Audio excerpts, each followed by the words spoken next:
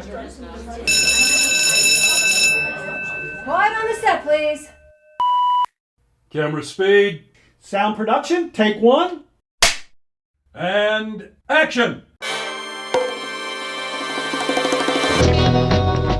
Welcome to From Beneath the Hollywood Sign. If you love old movies, Hollywood history, or the golden age of filmmaking, you've come to the right place. This is the podcast that talks about amazing stories of Tinseltown from another era. Hear fascinating conversations with writer-producer Steve Cubine, who quite literally lives just beneath the Hollywood sign, and actress-writer Nan McNamara. Now your hosts, Steve and Nan. Welcome, everybody. We have a fantastic episode for you today, and this story has fascinated me since I was a kid. And I'm really glad we're getting to dive into this. When you think about the great showmen of early Hollywood, who do you think about? I think about FLO ZIEGFELD. Yes. Right? Busby Yeah. Berkeley. Yeah, absolutely. Or SID GRAUMAN, as we talked about in our episode on the Chinese theater. Absolutely, and great choices. But there's another guy who certainly fits well into this fraternity of daring, flamboyant, and imaginative purveyors of entertainment, and that was a guy named Earl Carroll. Now, Earl Carroll was a producer, a songwriter, and an impresario whose career helped define the glamour and excess of Hollywood's golden age. Rising to prominence in the 1920s with his bold Broadway revues, he brought to Hollywood a uniquely theatrical blend of elaborate staging, haute couture costuming, and the provocative extravagance that became his trademark. His famed Earl Carroll Theatre, which was on Sunset Boulevard, adorned with a giant neon likeness of showgirl BERYL WALLACE. Well, it quickly became this Los Angeles landmark. It drew in celebrities and moguls and curious audiences, and they were eager for this sexy, entertaining show that he always put on. Now, inside, his production showcased meticulously choreographed ensembles, ornate sets, and the legendary showgirls who were dubbed the most beautiful girls in the world. Earl Carroll's aesthetic pushed the boundaries of what mainstream entertainment could look like at that time. Beyond the stage, Carroll influenced the broader culture of old Hollywood nightlife. His clubs were gathering places for stars and tastemakers and dreamers, helping establish the city's reputation for glittering evenings, lavish entertainment,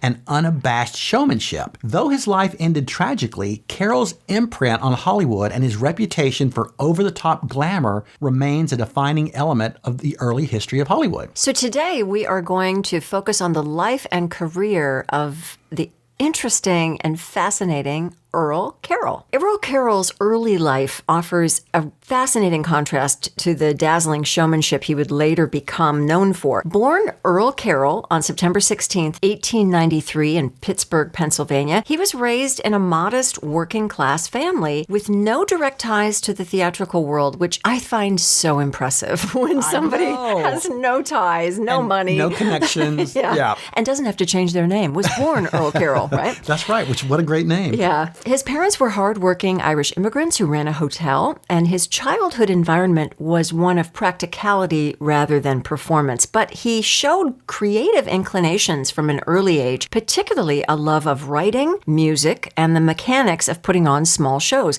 Even as a schoolboy, he was fascinated by the idea of entertainment as both art and enterprise. According to the biography, The Body Merchant, the story of Earl Carroll, which was written by Ken Murray, who was actually an actor and a friend of Earl Carroll's, Carroll was first introduced to the glamour of showgirls while walking to school and passing the Gaiety Theater, which was a vaudeville house in his hometown. Well, he was intrigued by the photos out front of these beautiful, scantily dressed showgirls. I bet he was. You know it. Well, he ended up, and get this, he was only 13 years old, but he mustered up the courage to go inside and ask for a job. Wow, that's impressive. The boy knew what he wanted. Well, surprisingly, they actually hired him to pass out programs.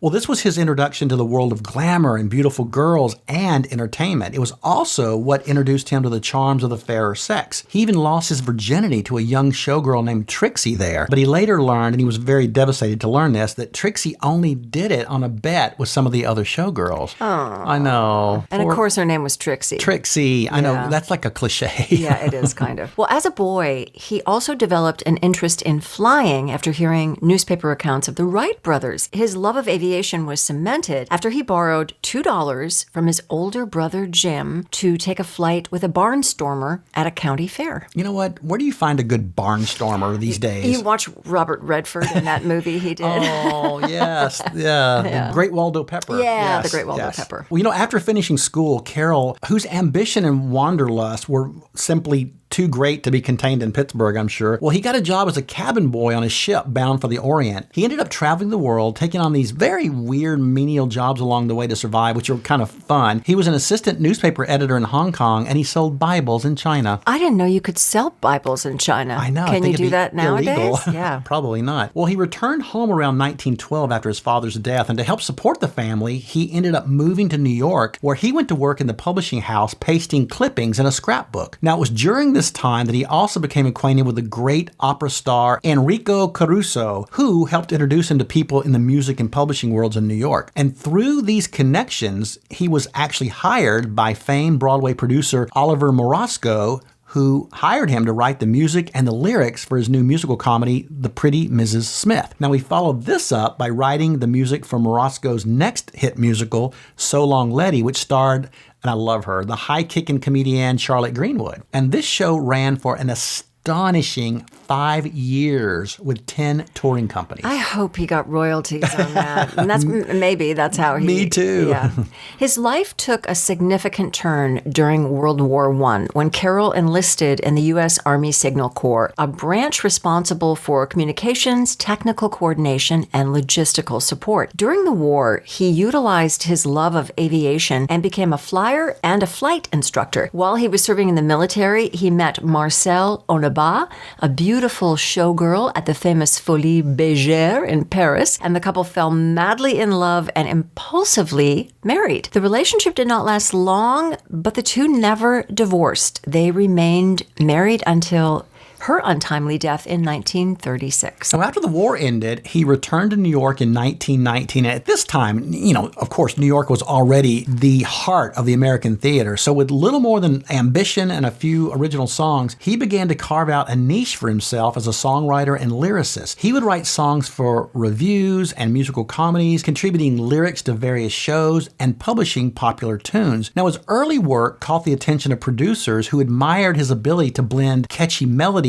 with witty, risque, or sometimes sentimental lyrics, qualities that made his songs particularly suited for the vibrant revue format of the era. But he wasn't content to remain solely a songwriter. He would soon move into producing. He had a real talent for understanding what audiences wanted: beauty, humor, novelty, and spectacle, of and course. Sex. And sex, right? Well, his first productions were modest, but with each one, they grew more ambitious, allowing him to experiment with staging, lighting, costume design, areas where he proved to be unusually innovative. This led to opportunities to stage and produce his own material, culminating in the launch of the Earl Carroll Vanities, which were these lavish, daring revues that emphasized beauty, extravagance, and these bold visual concepts. Not to mention the scantily clad showgirls, Yes. which he's known for. Yes. Well, his reviews, they were a direct reflection of what was going on in the post-war America. The generation that had just been sent off to war to fight for our freedom, they were back and they were ready to have some fun. Yeah, baby. Yeah, this absolutely ushered in the jazz age where music and entertainment took on this hedonistic tone and sex was on everyone's mind. When asked about why his Vanities show would be different from other musical reviews of the day, he said, and this is a quote, "Look at FLO ZIEGFELD. The tremendous success he's had in presenting beautiful girls bedecked in jewels and furs. Let FLO spend money dressing them. My plan is to undress them. Everything will be bigger. If Ziggy uses 50 girls, I'll use 100.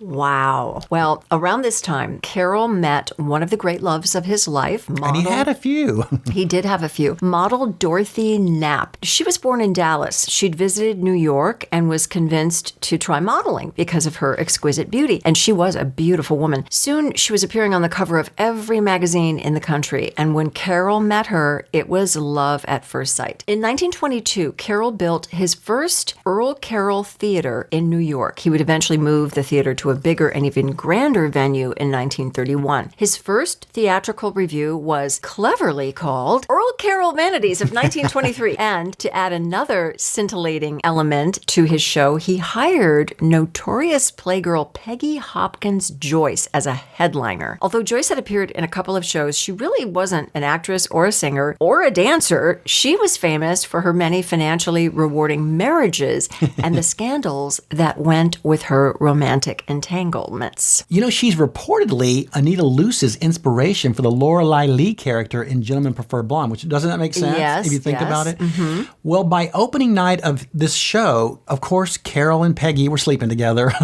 Okay. Despite his relationship with Dorothy Knapp, Carol continued to see Peggy in secret, convinced that Dorothy knew nothing of their affair. However, when FLO ZIEGFELD, who was jealous of young upstart Carol's success, when he offered Dorothy more money to come star in his review, guess what? Yeah. She took the money and ran, so apparently she knew. Yeah, good for her. Good for her. I'm glad she got a big paycheck. Well, Carol found a replacement for Dorothy in 19-year-old Florida native Catherine Ray. When he opened the Earl Carroll Vanities of 1924, the next year, with Ray headlining, he got an uninvited guest on opening night. Yes, he did. This should be depicted somehow, somewhere, right? Oh, it's just brilliant. So word on the street got out that there was nudity on stage, and the New York Vice Squad found out about it. So they've sent over patrolman Tom O'Leary. So O'Leary waits in the wings with a blanket, ready to rush on stage and cover up any of the girls who were indecent. Well, it didn't take long. In the opening number, Catherine Ray appears nude,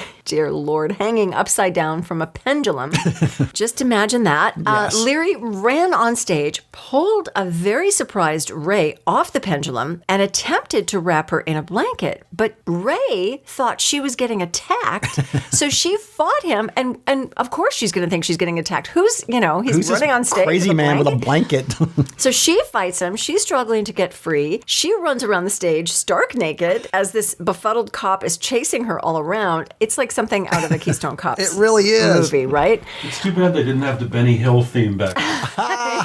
That would have been perfect. Well, the audience thought it was part of the show, and they were roaring with laughter as the naked showgirl dodged the blanket-wielding cop on stage. Seizing the moment, Carol stops the show and apologizes to the audience, telling them how difficult the Vice Squad was making things for him. He then gave the audience a choice. Either keep the shows as they were or conform to what the Vice Squad saw as decent. Well, the audience, of course, overwhelmingly cheered for the show to stay sexy and naked.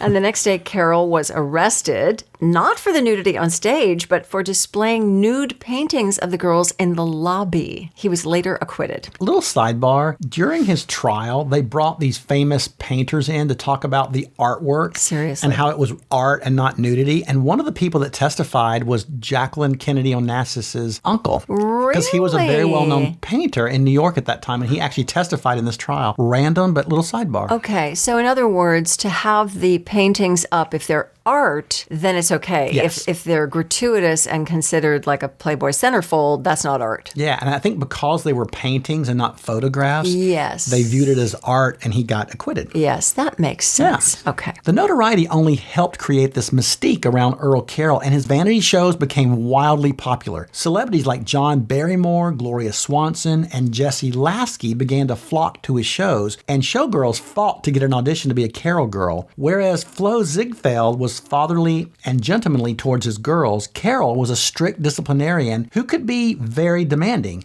But for the girls, it was worth putting up with Mr. Icewater, as he was sometimes called behind his back. That's interesting. I know, because getting cast in one of his shows not only put $100 a week in their bank accounts, it actually made them celebrities in the New York theater scene. Even Dorothy Knapp left the Ziegfeld Follies and returned to the fold, both professionally and personally, I might add. Okay. In fact, being in Carroll's show was so coveted that one young showgirl who had been dismissed from the chorus was so distraught that she tried to commit suicide. When Earl Carroll, found out about this, he actually paid for all of her medical bills, and he placed her back in the chorus once she'd recovered. Wow. So old Mr. Icewater maybe wasn't all bad. Yeah. Well, ever the impresario, Carroll was constantly looking for flashy publicity stunts to promote the Vanities. One Christmas, he even flew an actor dressed as Santa Claus in his plane and landed in Central Park to give presents presents to the needy children of New York, which is so sweet. Well, soon Carroll was the toast of New York, and he embraced his role as the purveyor of hedonistic pleasure to the masses.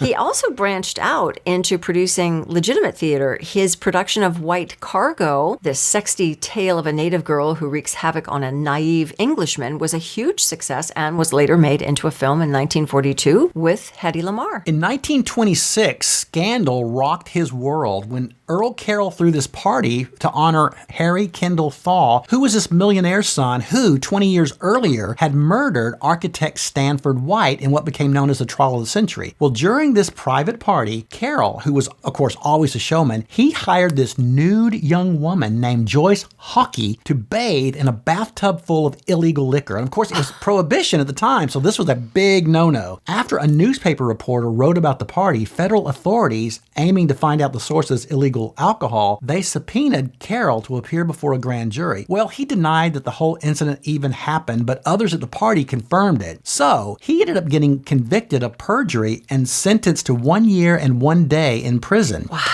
He ended up serving 6 months at the Atlanta Federal Penitentiary. That is fascinating. I want to know what the liquor was in the tub. Was Champagne. So, it was clear. Liquid. Exactly. Yeah. Okay. To add to the fun. Yeah, right. Well, before we find out what happens after he gets out of prison and the rest of his life, let's share with our listeners this week's Hollywood Pop Quiz. And the pop quiz question today, we mentioned that Earl Carroll, one of his early jobs was at a publishing house where he was pasting clippings in these scrapbooks. Well, this gave him the idea for an invention that would become a staple in the world of showgirls, strippers, and Madonna. What did he invent? Oh, boy. Okay, we'll be right back with the answer to that and more about Earl Carroll after this. Steve and Ann will be right back, but first another stop on the Hollywood tour. Like they said, Earl Carroll built Hollywood's premier entertainment palace for his princess, singer-dancer-actress BERYL WALLACE, whom he immortalized with a 20-foot neon portrait outside the theater on Sunset Boulevard. The theater was designed by master architect Gordon Kaufman. He designed the Hollywood Palladium, the LA Times building, even Hoover Dam. But the Earl Carroll Theater was the first of its kind in the U.S., an open concept with the lobby, bar, and auditorium separated by terraces. Innovative machinery brought those lavish reviews to life. They had a 60-foot dual revolving stage, a water curtain, a girl lift that transported dancers on stage from underneath the floor, a 100-foot staircase, mobile orchestra pit, and swings that lowered from the patent leather ceiling. In 1938, the Los Angeles Citizen News said of the theater, quote, blondes, brunettes, redheads, tall ones, short ones, willowy ones, and statuesque ones, some smiling, some sullen, and all of them lovely. On opening night, the A-list audience included Marlene Dietrich, Claudette Colbert, and Errol Flynn, who arrived by limousine. The Inner Circle paid a $1,000 membership that guaranteed a lifetime reserved seat closest to the stage. The good news? The Earl Carroll Theater is once again for sale. Asking price only $12 million. Now back to Steve and Ann from Beneath the Hollywood Sign. Welcome back, everybody. As we left you, we're talking about the fascinating world of Earl Carroll, the ultimate Hollywood showman. But before we get further into his life and career, we're going to give a shout out to our listener of the week. And this week, we honor Kim Moore from Illinois. Kim has been so great about responding and liking and sharing our posts. And we really appreciate all of your support, Kim. Thank you, Kim. So picking up the story, just as a reminder, Earl Carroll is in prison. He's been convicted of perjury. He served 6 months at the Atlanta Federal Penitentiary. After he was released from prison, he got right back up on the horse and started planning the Earl Carroll Vanities of 1928.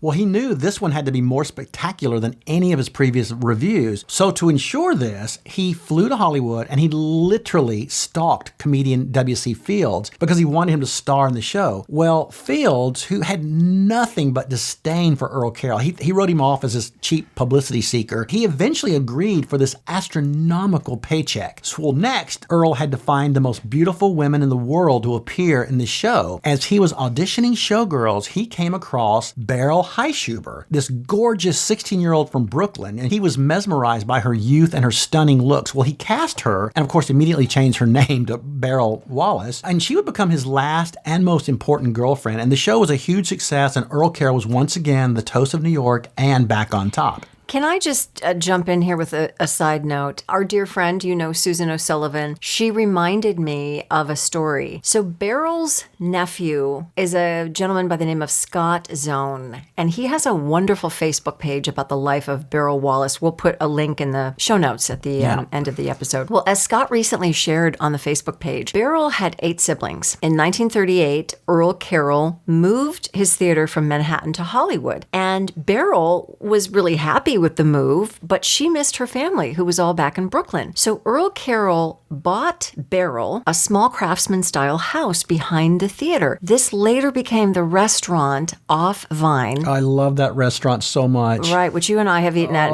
many, many times. Such a wonderful place. Well, this house eventually became a restaurant, but at the time, this house enabled BERYL to move her family and siblings west in the early 1940s. At first, the family wasn't happy about being uprooted, but they eventually embraced their new life and came to love it. And all of BERYL's siblings worked at the theater, every position from cook to parking valet to hat check girl.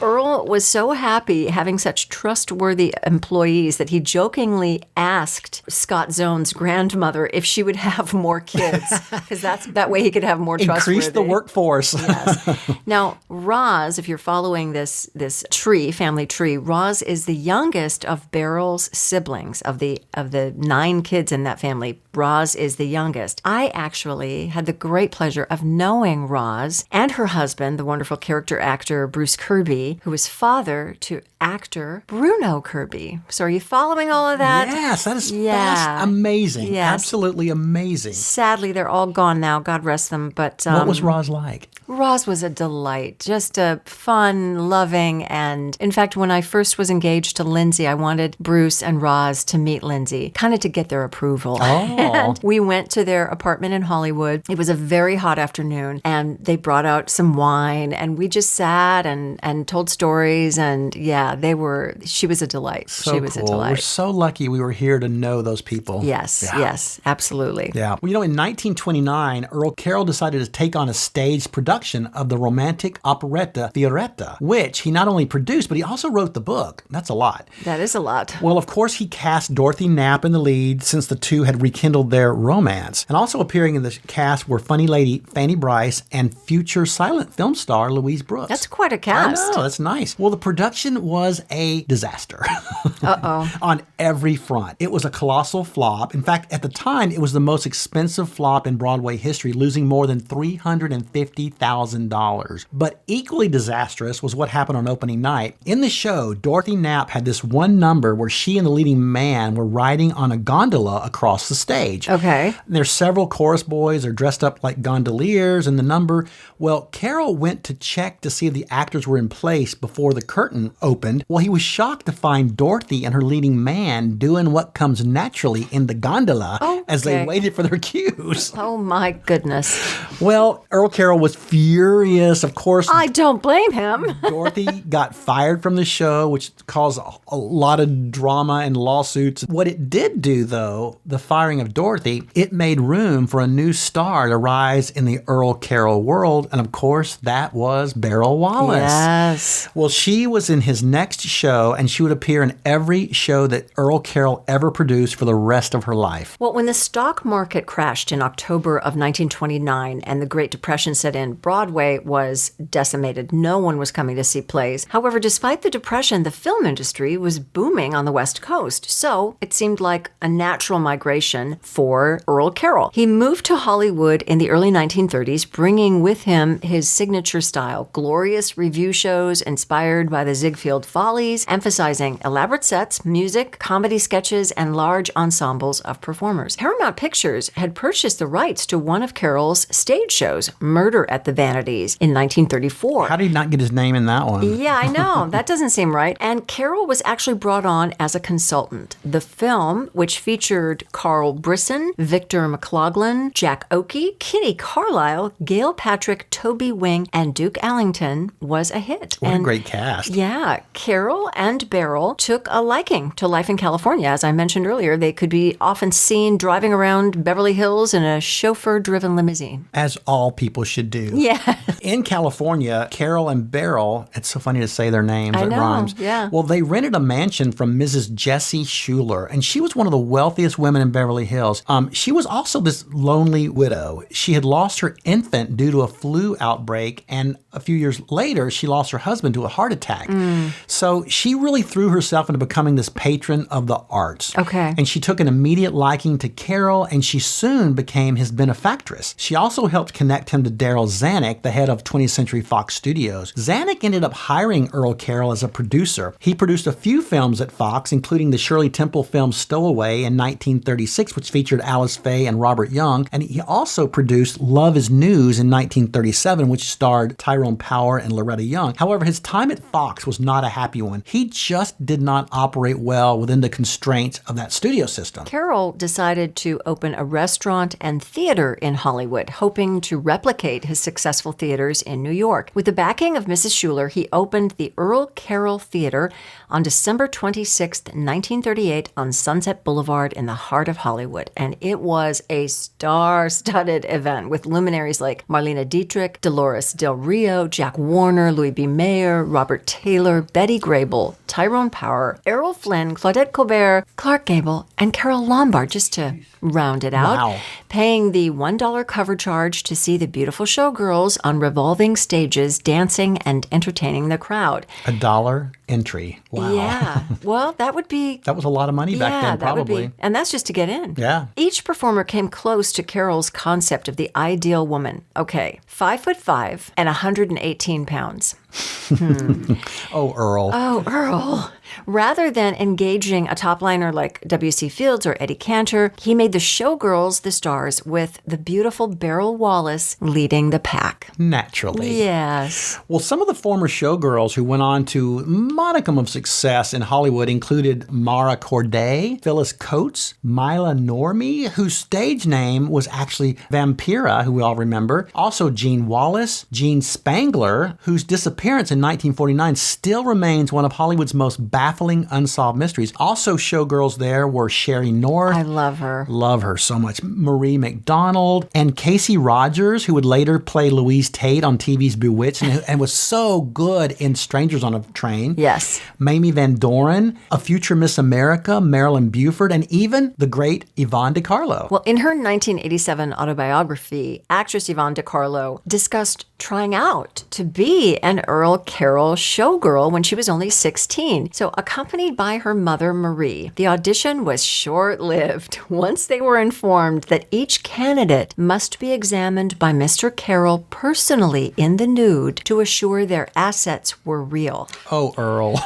Oh my goodness. Yvonne and her mother said, no, I don't think so. They passed on that. But a few years later, after gaining more experience in Hollywood and a bit more sophistication, she tried out again. And this time, she was more comfortable disrobing for Carroll. She was hired, but soon broke one of the theater's rules by appearing in a one-line role in the film This Gun for Hire, 1942, starring Alan Ladd and Veronica Lake. She was fired, and it was probably the best thing for her, right? Totally. She never looked back. During her time there, though, she said that Carroll was a very serious man, strictly business, no hanky-panky with her. Interesting. Yep. Carroll made a rare appearance on camera playing himself when Paramount Pictures produced the film A Night at Earl Carroll's in 1940, which starred Ken Murray, who is the author of the biography. Yeah. And also starred Rose Hobart. Well, Carroll produced the film, and it was shot entirely in Carroll's new nightclub. And several years later, Republic Pictures produced a pair of musical comedies, Earl Carroll Vanities, 1945, with Dennis O'Keefe and Constance Moore, and Earl Carroll Sketchbook, 1946, which also starred Constance Moore. These films were inspired by Carroll's stage reviews. Well, in Hollywood, Carroll leaned leaned into his panache for publicity stunts. He was constantly judging beauty pageants as a way to recruit girls for his revues. While judging one particular beauty pageant, he selected a shy young girl as the winner. Now, he wasn't able to hire her for his nightclub because she was only 16 years old and he sold liquor at the club. All employees had to be at least 18, but the young woman was someone by the name of Norma Jean Baker, better known as Marilyn Monroe. Now, in 1948, Earl Carroll was riding high. His nightclub was the hottest ticket in town, and he'd made plans to build an even larger club further down on Sunset Boulevard. On June 17th, 1948, he and BERYL decided to fly to New York and then on to Philadelphia to attend the Republican National Convention. Before boarding the plane, he got a phone call from his old pal Maxie Rosenblum, who was a former boxer turned actor, and Rosenblum asked Carroll to stop in Detroit on his way to New York and to visit him. So as they were talking, BERYL took a coin from her purse and she flipped it. Heads, they would stop in Detroit and then go to New York. Tails, they'd go straight to New York. It was tails. It was the final gamble of Earl Carroll's life. The United Airlines plane carrying Carroll, BERYL, and 41 others crashed near Oristas, Pennsylvania, killing all on board. It was determined that the pilots had been overcome by carbon monoxide that had leaked into the cockpit from a faulty fire extinguisher. Wow. That is so sad. So awful. Well, when Carroll died, he had amassed a fortune, of course, which, according to his will, would be left to the two most important women in his life, Mrs. Schuler, his patroness, and BERYL WALLACE. Another stipulation in his will stated that if BERYL WALLACE were to die at the same time as he did, then $50,000 would be used to erect a memorial for the two of them in Forest Lawn. Which I've seen. It's beautiful. Yeah. So stunning. And the balance of her share would go to the University of Southern California for cancer research for women, which is just remarkable. In his will, he stated that this was his way of thanking all the women who had given him fortune and fame. Wow, what a way to pay it back. I mean, Yeah. that really I know. took some forethought. Yeah, you know? that was a thoughtful gesture. So beautiful. Yeah. Yeah. Well, what a showman. What a man. I think it's time for the answer to this week's Hollywood Pop Quiz. And of course, the question was, when Earl Carroll was working at a publisher's house pasting clippings into a scrapbook, he got the idea for an invention that, of course, would become very popular with showgirls, strippers, and Madonna, as I said. Yes. What did he invent? Well, folks, he invented the pasties. He later said that using the paintbrush with the glue gave him the inspiration for developing pasties to cover the nipples of his showgirls in his musical reviews. So, everybody, we have Earl Carroll to thank for pasties. Wow. Thanks, Earl. That is just, that's the... Well, somebody had to invent it, right? Yeah, someone did, I guess. Well, thanks everyone for spending this time with us. We would love it if you would give us a 5-star review wherever you listen to this podcast. And please follow us on social media. Our handle is @FromBeneathTheHollywoodSign. You can find us on Facebook and Instagram. You can also watch the podcast on YouTube. If you do that, we hope you will give us a thumbs up and subscribe. And we'd love to hear from you. Please keep those emails coming. We love them. You can email us at info@FromBeneathTheHollywoodSign.com. That's this week's view. From Beneath the Hollywood Sign. You've been listening to From Beneath the Hollywood Sign with Steve Cubine and Ann McNamara, the podcast that celebrates amazing stories of Tinseltown from its golden era. Join us next week for another episode and learn something else about Hollywood you probably never knew. Take a moment and give us a 5-star rating and a positive review, and tell your friends about us too. It'll help grow the podcast. Visit Steve's website at FromBeneathTheHollywoodSign.com. The executive producers are Steve Cubine and Nan McNamara. Executive producer and post-production supervisor Lindsay Schnebley. Associate producer and researcher John Price Ritchie. This podcast is part of the Airwave Media Podcast Network. Visit airwavemedia.com to listen and subscribe to their other fine shows like The Box of Oddities and The Shallow End with Schnebley and Toth. Copyright 2026, all rights reserved. That's a wrap.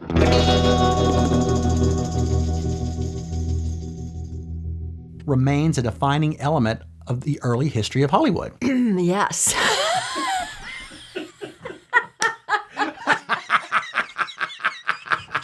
That is Good night, everybody. And we're done. That is genius. What he said. One of the most brilliant comebacks ever. Well, the best part was you looked at me and you looked terrified. And you just went, yes. You gotta fill it with something. Oh my dear. Do Okay. not put this on any Easter egg. No Easter eggs. All right. Oh. Speederito. All right. Welcome, everybody, and happy 2026. Happy anniversary. I f***ed that up already. I meant to say Happy New Year. All right, let's try that again.